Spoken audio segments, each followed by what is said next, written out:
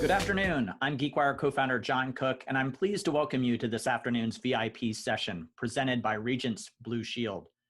Throughout the GeekWire Summit, we've been talking a lot about COVID-19. We started the summit last week with a discussion about the promise of a vaccine, and next Tuesday we'll feature two of the world's leading COVID-19 data experts. And in today's session, we are going to talk more about what the pandemic means for you. Please feel free to submit your questions in the Q&A feature of this Zoom call. Now, I'm pleased to welcome to the summit Dr. Drew Oliveira, Senior Executive Medical Director for Regence Blue Shield. Dr. Oliveira, thanks for joining us. Hey, my pleasure, John. It's great to be here. Yeah, so since we're going to get a bit more personal in this session, I kind of wanted to start by asking you, what has the pandemic meant for you? How has your work at Regence changed? And really, how are you coping personally with this? Well, I think, like a lot of folks, it's, it has been significant. I think for people that normally came into an office and you are no longer going to the office, that's a very different experience for most folks. From a work standpoint, we have been obviously fairly overwhelmed, if you will, by all the information that's coming in from a clinical standpoint, looking at the medical literature, looking at new data that's coming in, looking at these little short studies that started showing up in March and April, trying to make sense of, what's the right thing for us to do for our members and our providers in our community. And then just the sheer volume of information that was coming in certainly impact a lot of us. We would meet on a daily basis starting in March just to make sure that we were all on track. We were reaching out to every single member that we knew had a positive test, as an example. We then soon found that many of them were doing fairly well, but we did that for at least a couple of months. We also recognized that our provider community was being hit really hard. They were shutting down surgeries or shutting down their offices. Some were really unable to practice, and we pivoted fairly quickly to turn on a number of codes for telehealth. Things that typically had been done sort of on the side, done maybe with a vendor, but not really part of the mainstream provider network. And we really wanted to make sure that members had access to care, and we wanted to make sure our providers could actually deliver that care and still, maintain their livelihood and maintain their reimbursement levels. So I think we're the first insurer in Washington to turn that on, opened it up fairly broadly. We found some pretty interesting things too. We did not anticipate things like telephysical therapy as being a thing. We sort of, initially, like first part of March, we're saying, well, what can be done through telehealth? Very traditional thinking. Then we started thinking, well, you can do video, so you can start seeing things in a video. You can do pictures, and you can send pictures, so you can do teledermatology fairly well. But we hadn't anticipated the ability to do things like telephysical therapy, and we did that because we didn't want people to have to either delay care, but we also wanted to make sure that they would get the care that they needed and get it in a way that was safe for them. We didn't have widespread testing back then. We didn't have enough protective equipment for providers, and they really jumped in and really embraced the telehealth program and experiences, and started figuring out ways that they could schedule appointments, do visits in a way that worked, and then decide if someone really needed to be seen or not. Yeah, I guess take that telehealth example with physical therapy. What does that look like exactly for the patient and the physician? Well, physical therapy is sort of an interesting one because you not only think, and compliance is an interesting thing with physical therapy. You go to the physical therapist, they have to touch you. They have to, see how your body works. They have to work with you on certain exercises or stretching or maybe even some manipulation. Well, now you're doing it in a virtual way. And you can start doing it actually more frequently than you could where you have to have people come in to the office. So you can actually ensure that people are actually doing their exercises, and you can watch them do it at home, and you can see if they're doing it correctly. So there's actually some advantages with physical therapy that can be enhanced through technology that you don't see. Maybe when you do a traditional, you go to the office and the physical therapist said, do these exercises 3 times a day. We'll see you in a week. Well, how often do people do those exercises 3 times a day? Almost, it approaches zero. Um, so we also are seeing some vendors come out with some really interesting technology related to physical therapy. Really, that gaming technology, like the Xbox or the Wii, where it can actually see your body move, and you can actually record body movements for a person doing physical therapy to make sure that they're doing it correctly. It'll tell you that you're doing it correctly. It'll also transmit that information back to your physical therapist, so they know you did the exercises. They know you did it correctly 92% of the time, and then they can identify where you did it incorrectly and actually give you a call and say, let's talk about how you're doing them, and let's make sure you're Well, we doing got them ahead the of right way. ourselves there just a little bit because I do want to talk more about telehealth. I But the know. second part of my question was, how are you personally coping with the stresses of the pandemic? Well, I think, we all cope in our own ways, but I think it's really important that uh, we actually pay attention to coping. Um, this is not normal times. This is, you are socially isolated. I'm lucky in that I have a home. I've got a space in my home where I can work. I can close the door. I can feel like I'm in an office. But that doesn't negate the fact that you're not interacting with others in a real human way. That human touch, that human, interaction, and you have to find ways to do that. Find ways to connect with your family. Find ways to connect with your coworkers that are really different. And I think that coping mechanism, part of that is learning and identifying those things. The other piece to this whole year that we're all gonna in 5 years hopefully have a laugh about, um, is just the intensity of what's happened in 2020. So the pandemic's one thing. We've got an election is another thing. We've got uh, raising awareness of institutional racism. We've got a lot that's hitting us at once, and all of that's coming at us in a variety of different ways. So part of that coping mechanism is limiting the amount of time that I personally spend scrolling, and they call it doom scrolling now, I think is the term.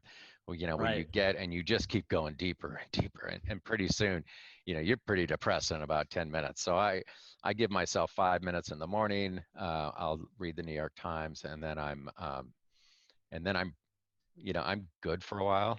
I also want to make sure that I'm reading reputable, you know, pieces of information versus social media. So I really limit the amount of time I would spend on a social media site, because you get interesting things coming at you, and sometimes that information is not correct. And I try to filter that Yeah. stuff So out. maybe some advice: do not watch the debate tonight. Yes, I'm not going Not going to. Yes, to. exactly. Uh, I can read about it in the morning for my 5 minutes, and then I'll be okay. that's right. Good advice there for all of us. Sticking kind of on the mental health theme, there was a study out this week showing that the depression levels and anxiety levels among Americans is at the highest point since March right now. Hmm. So the highest point during the pandemic, and I know it's probably going to get worse as we go into winter. You gave some great strategies there. Are there tools that you see that healthcare systems are rolling out that are going to assist, since this is such an important issue right now? And as we do go into the holidays, people aren't going to be able to spend time with their families, perhaps. Travel is out of the question in many instances. What sort of tools are out there from the healthcare providers that would assist in this realm? Yeah, mental health has really exploded in terms of what we're seeing in our population, and sort of across the spectrum.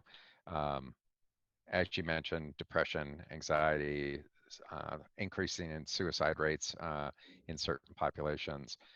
all have expanded as a result of just that social isolation.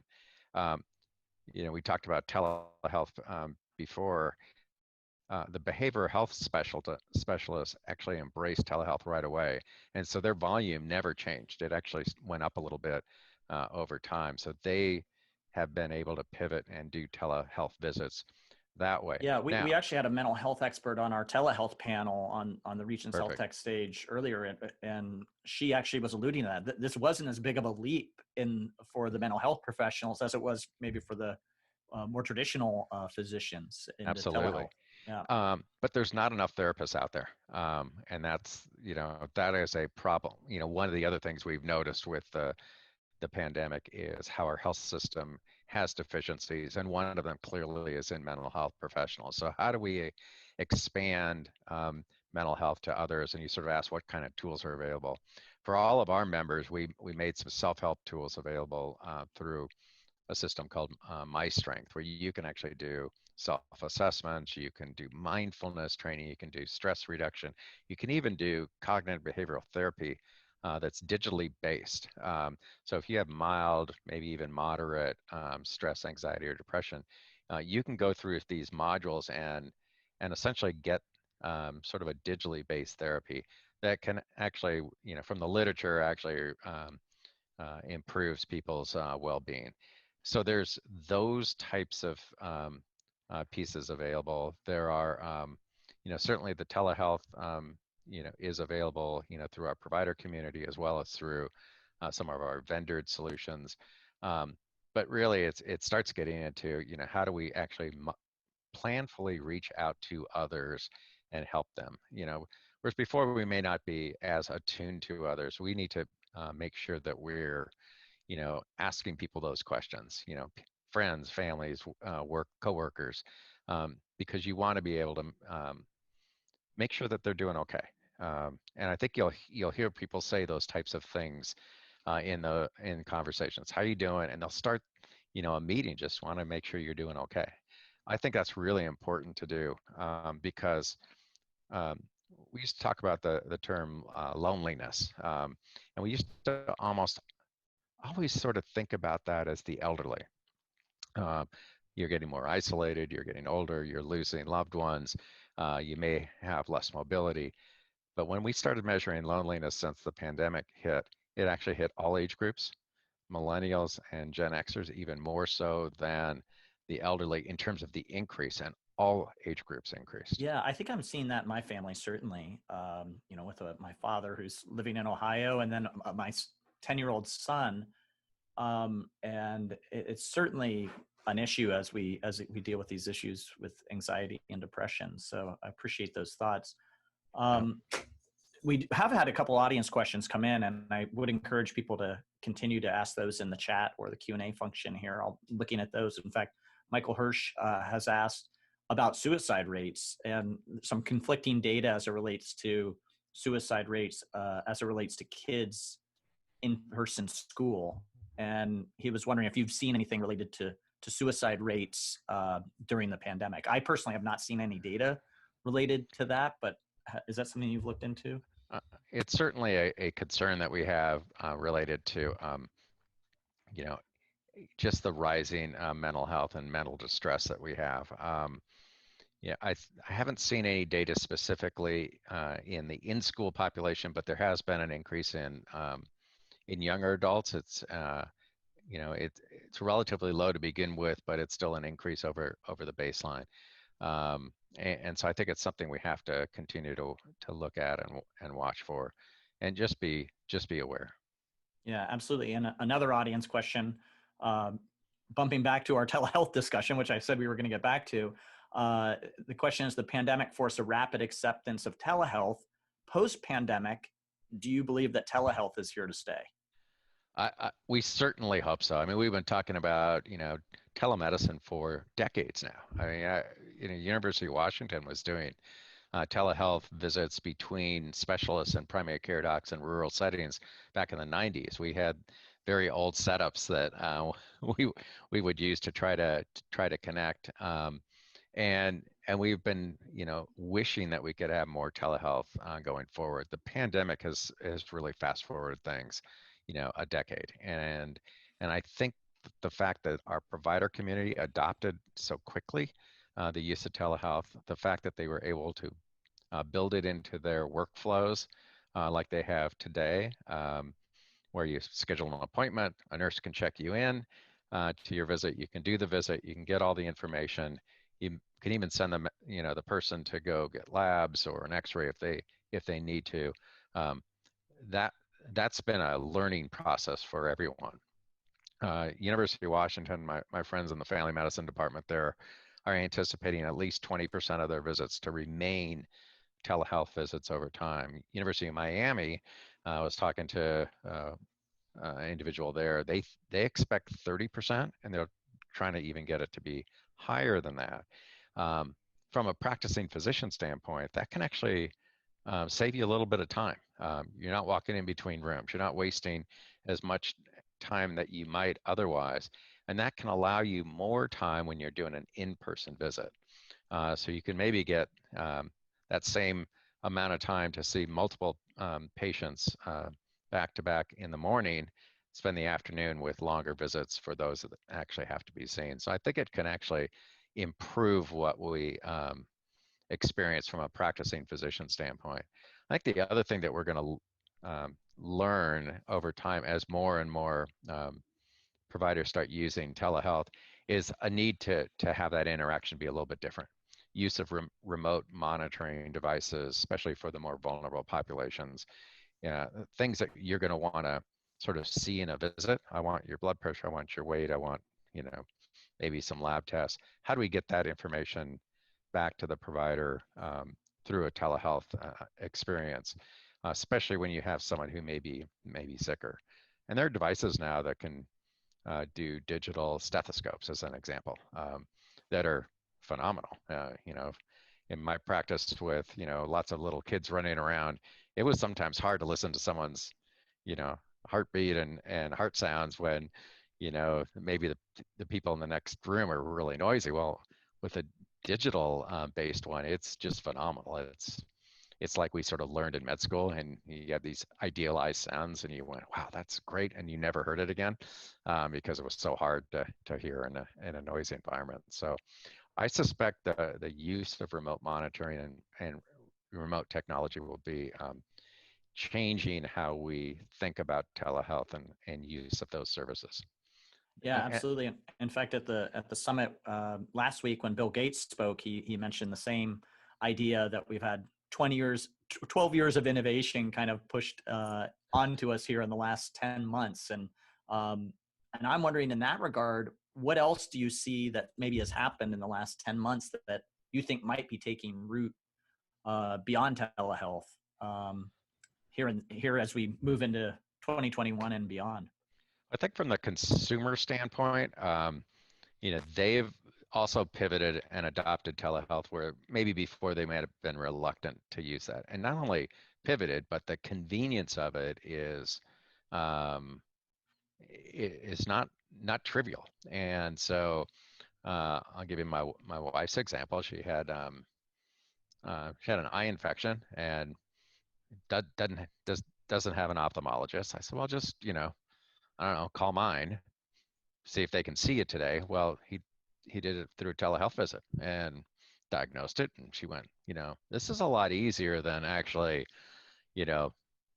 having to go and drive and get dressed and everything else. I can, I can get care. I can go to the pharmacy. I'm done. So I think the consumer is going to expect that. I think we're also going to see, because we're going to want to, at least for a while, keep people away from others as much as possible, and especially if they're vulnerable, is more things done in the home than we would normally think about. So hospitalizations in the home is something that we've talked about for also years, maybe 12 years, using the Bill Gates analogy. And we will start seeing hospitalizations occur in the home. And that will do a couple things. One, it's easy for a lot of people to be cared for in a home setting. They can bring a nurse in every day. You can bring lab in. You can bring an X-ray. You can bring a bed. You can bring IVs. You can almost get that stuff to your home as fast as you can going to a hospital by the time you get checked in and up to a room. You also are in your familiar setting, so you're not in some strange location where you may actually experience some, especially in the elderly, some delirium because you wake up and you got lights and other things like that. So there's going to be some benefit to that. And then from an employer standpoint, hospitalizations in the home will be less expensive. 20, 30, 40% less expensive than it would be going into a hospital setting. Yeah, what about So the cost structure on telehealth? I mean, how does that compare? I mean, you're talking about an in-home care versus in hospital care, but how does that then translate to a fully digital experience? Well, the vendors for years have had telehealth as sort of a lower cost option, but they've been sort of intermittent or limited in the scope. And I think that's probably why it didn't take off like you may have expected it to. Now with your provider, your usual source of care, being able to provide telehealth services and see you if need be, that sort of changes that dynamic. Telehealth itself, even if you pay it the same price, which we will do in the state of Washington, because it's been legislated that way, you're not doing as many things that may be unnecessary. So unnecessary labs, unnecessary x-rays, and things like that don't typically occur like they would in an in-person visit. And we know that from the Washington Health Alliance. They've done a study the last couple of years looking at unnecessary care, stating that about 49%, 50% of the care was either a duplicate or unnecessary care that didn't have to occur. It's not expensive care per se, but it's still 3 or 4% just in that setting. The use of telehealth can actually push data a little bit more broadly across a more interoperative platform, so across your EMRs. So you're actually sharing labs and sharing other data a little bit easier.